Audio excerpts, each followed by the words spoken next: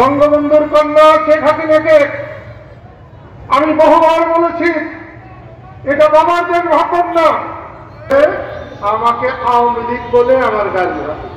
শেখ হাসিনার বঙ্গবন্ধু এক না, বঙ্গবন্ধু বাংলাদেশের পিতা। খুব ভালো করে বক্তৃতা করতে পারবো না, আমি শুধু সখীপুরের মানুষকে দেখতে এসেছি। এমন একটা উত্তেজনাকর বিপর্যয়ের মুখে সখীপুরের মানুষ যাতে সাহস না হারায়, তারা যাতে ভালোভাবে থাকতে পারে, শুধু এই জন্যে সখীপুরের মানুষকে সালাম জানাতে দেখতে আমি এসেছি। আমাদের দেশে এর আগে অনেক আন্দোলন হয়েছে, কিন্তু এত অল্প সময়ে এত বেশি মানুষ কখনো জীবনদান করে নাই। বৈষম্য বিরোধী আন্দোলনে ছাত্র জনতার রক্তদান কোনো মতেই দেখা যেতে পারে না, দেখা যায় নাই। যারা নিহত হয়েছে, শহীদ হয়েছে, আমি তাদের আত্মার মাগফিরাত কামনা করি।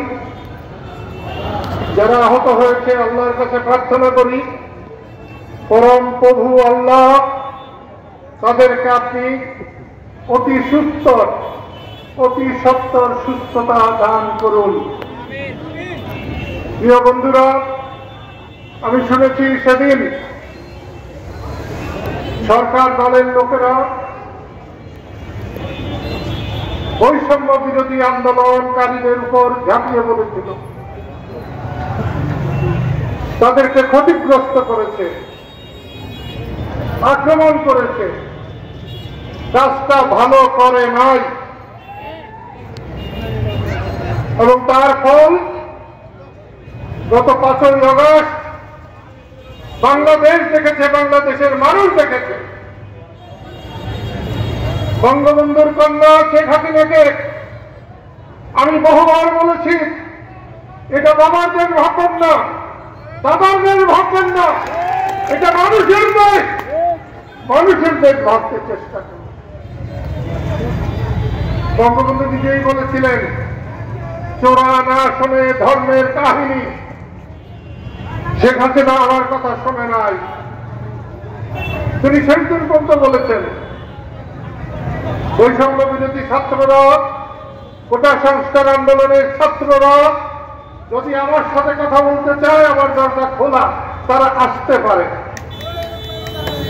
কেন তারা আসতে পারে? তাদেরকে আপনি দাওয়াত করতে পারছেন না, বলতে পারছেন না তোমরা আসো, আমি তোমাদের সঙ্গে কথা বলি, পারলে তোমাদের বাচ্চা তাদেরকে নিয়ে আসো, আমি তাদের সঙ্গে কথা বলবো।